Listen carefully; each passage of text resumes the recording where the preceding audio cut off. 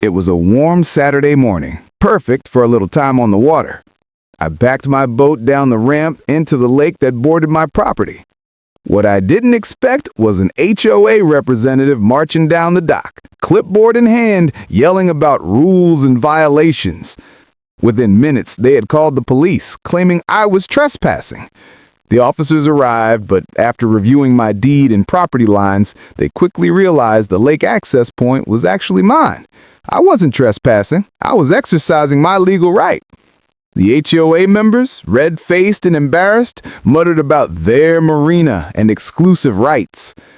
Here's the twist. I had already been negotiating quietly with the bank that held the HOA's Marina loan. Their mismanagement had left them behind on payments.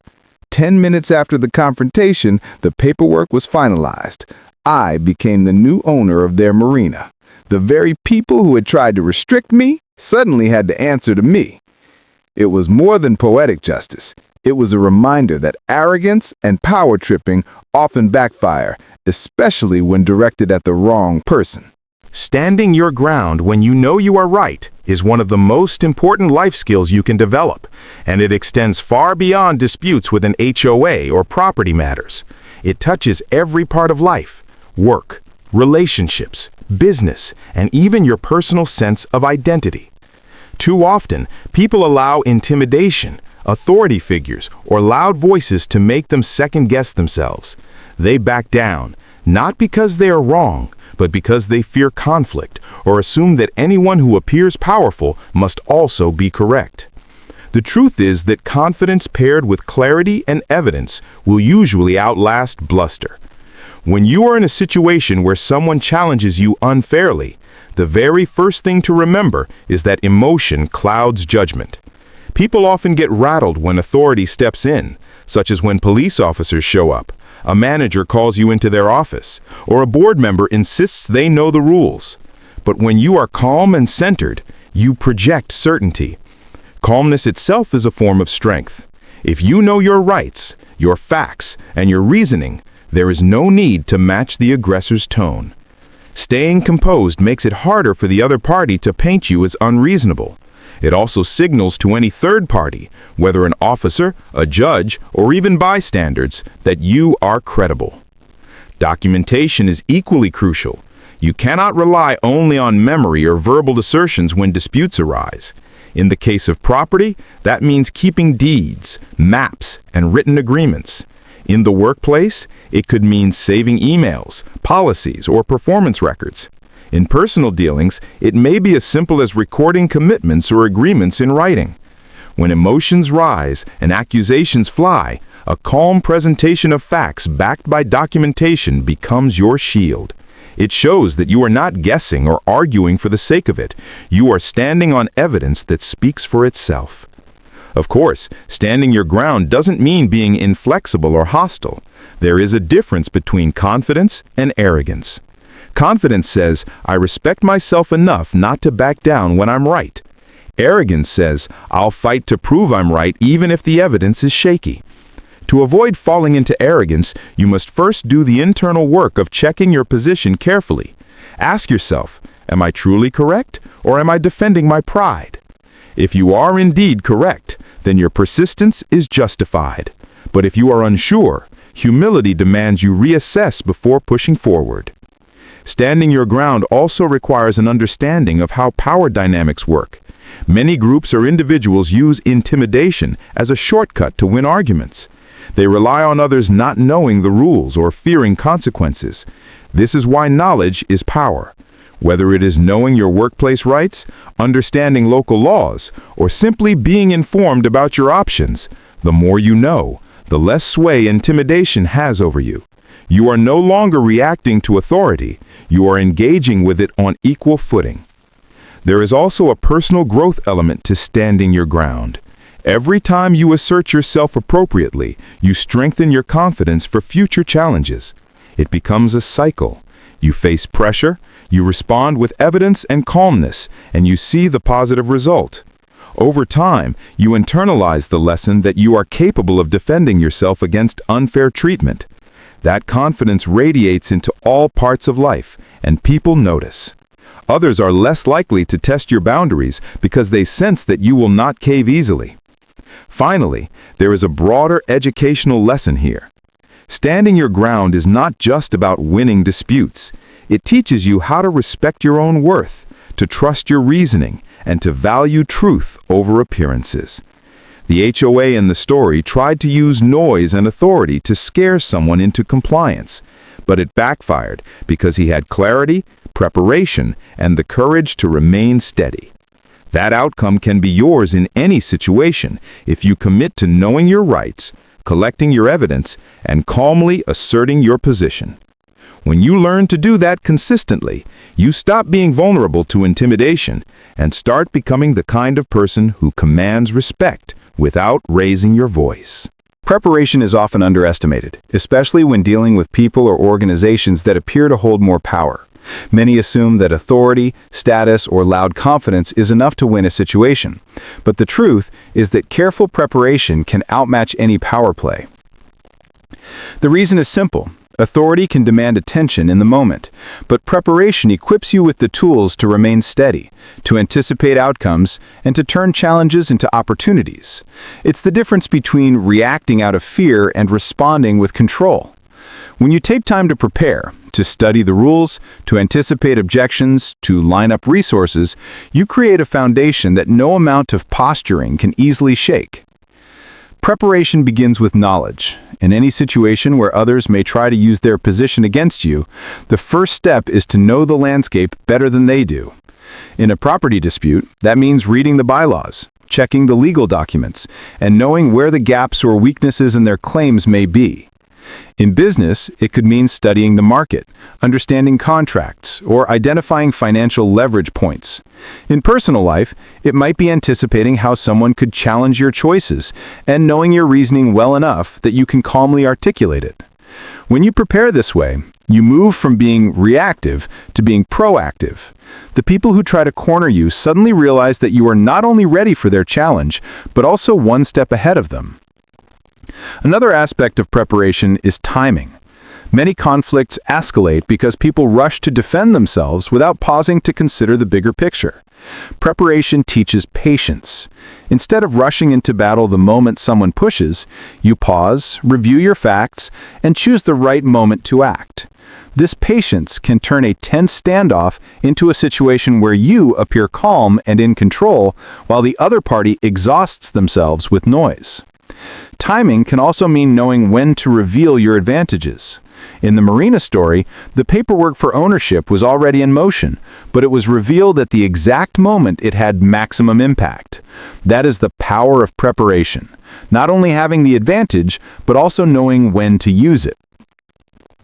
Preparation also gives you flexibility. While it may seem paradoxical, the more you prepare, the more adaptable you become. When you understand your rights, your resources, and your possible options, you are better able to shift strategies in the moment. If one path is blocked, you already know the alternative routes. People who rely on raw power or intimidation tend to be rigid. They expect compliance, not resistance.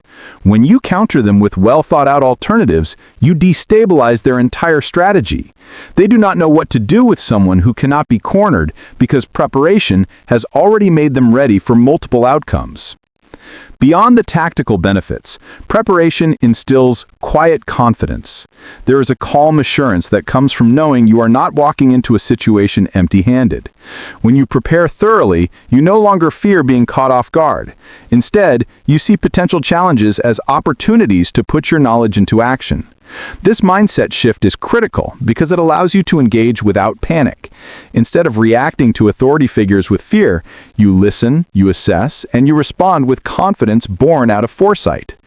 The educational takeaway is that preparation beats power plays because it changes the balance of control. Power plays are about appearance. They thrive on creating the illusion that one party is stronger than the other. But preparation deals in substance. It grounds you in facts, timing, and adaptability that cannot be undone by bluster. The person who walks into a room prepared carries an invisible authority that even official titles or positions cannot replace. When you prepare, you ensure that your decisions are not dictated by intimidation, but by strategy. In the long run, the one who prepares thoroughly always has the advantage, because power plays fade while preparation builds enduring strength. Never underestimating quiet leverage is a principle that can transform how you deal with challenges, negotiations, and even everyday interactions. Leverage is not always loud, visible, or obvious. In fact, the most effective leverage often operates silently beneath the surface, waiting for the right moment to be revealed. It is the ability to hold an advantage without flaunting it, to influence outcomes without announcing your hand too early. Many people mistakenly think that power lies in being the loudest voice in the room, or in asserting dominance at every turn. But history, business, and personal experience show that real strength often comes from what you know, what you've prepared, and what others don't expect you to have. Quiet leverage is the art of being underestimated until it is too late for others to counter you. One of the reasons quiet leverage is so powerful is that it disarms opposition. People who rely on intimidation or posturing expect resistance to look a certain way. Loud protests, angry pushback, or obvious confrontation. When you do not give them that, they assume they are winning. They relax, they underestimate you, and they often become careless. That is when quiet leverage can be revealed. By staying calm, gathering information, and keeping your resources private, you create a strategic advantage. When the time comes to act, the impact is greater precisely because it was not advertised in advance. Quiet leverage also rests heavily on knowledge. Information that others overlook, dismiss, or assume irrelevant can often become the key to shifting the balance in your favor. In a workplace, it might be a clear understanding of policies or contracts that others never bothered to read. In a business setting, it might be insight into financial structures or market conditions that others ignore. In personal life, it can be awareness of options, rights, or support systems that others do not think you have. When you quietly hold information that others do not, you hold the ability to influence outcomes in ways they cannot anticipate. This does not require arrogance or manipulation, only attentiveness and patience. Timing, again, is central to quiet leverage. If you reveal your strengths too early, they can be countered.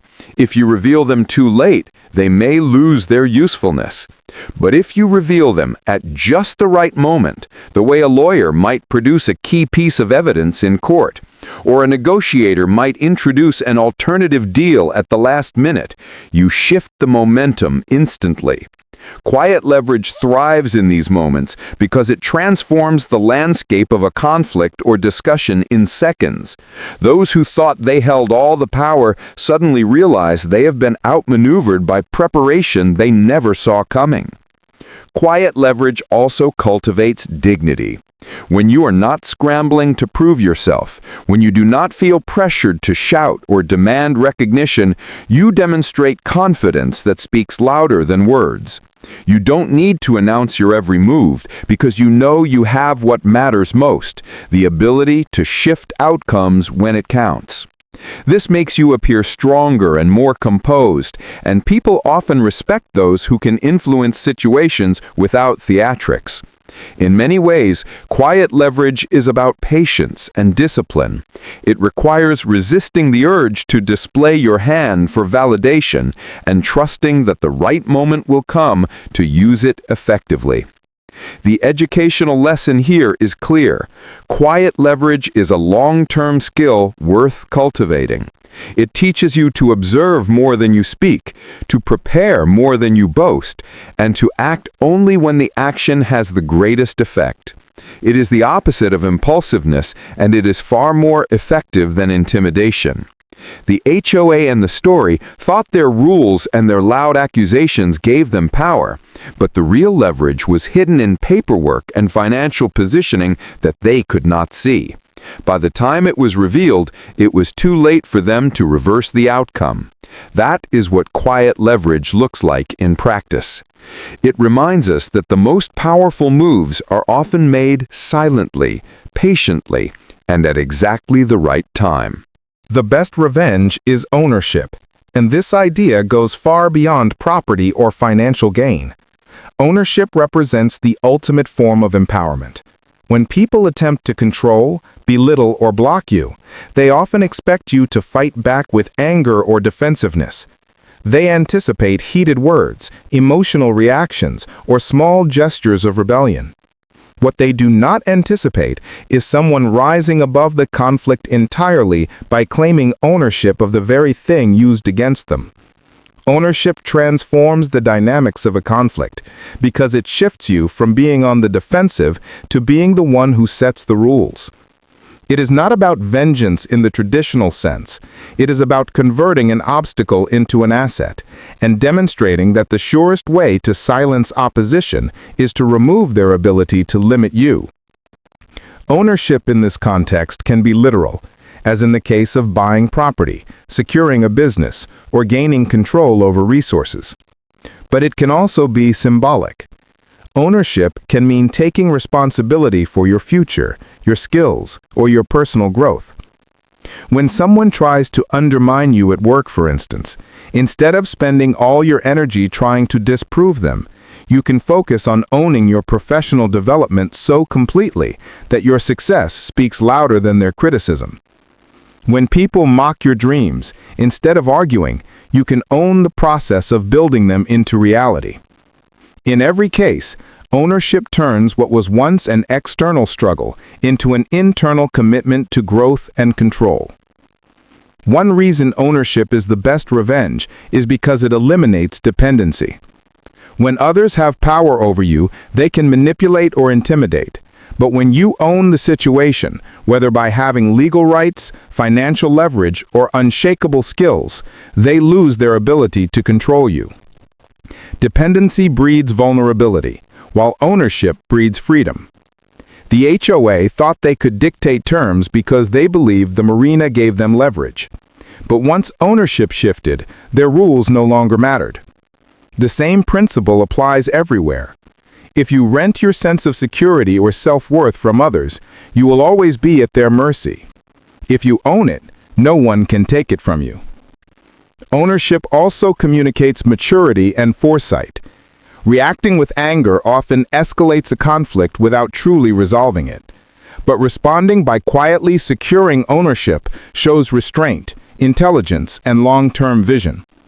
It says, "I don't need to outshout you. I'll outlast you." That kind of response not only resolves the immediate conflict, but also sends a lasting message. People learn that you cannot be controlled or diminished because you operate on a level beyond short-term disputes. You transform their attempt to hurt you into an opportunity to strengthen yourself permanently. Another layer to ownership as the best revenge is the sense of satisfaction it creates. Winning an argument might feel good for a moment, but building something lasting feels good for a lifetime. Anger fades quickly, but the pride of ownership endures. When you own something, whether it is a piece of property, a hard-earned skill, or your personal destiny, you hold evidence of your resilience and determination. It becomes proof that you are not defined by the obstacles placed in your path, but by how you turned those obstacles into stepping stones. The broader educational point is that ownership is not about proving others wrong. It is about proving yourself right. It is not about punishing those who oppose you, but about ensuring they can no longer limit you.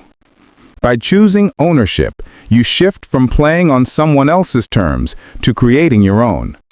That is why ownership is the most powerful revenge. It takes control away from those who seek to dominate and places it firmly in your hands. It is an act of liberation, a demonstration of independence, and a statement that the best way to silence opposition is to thrive so completely that their interference becomes irrelevant.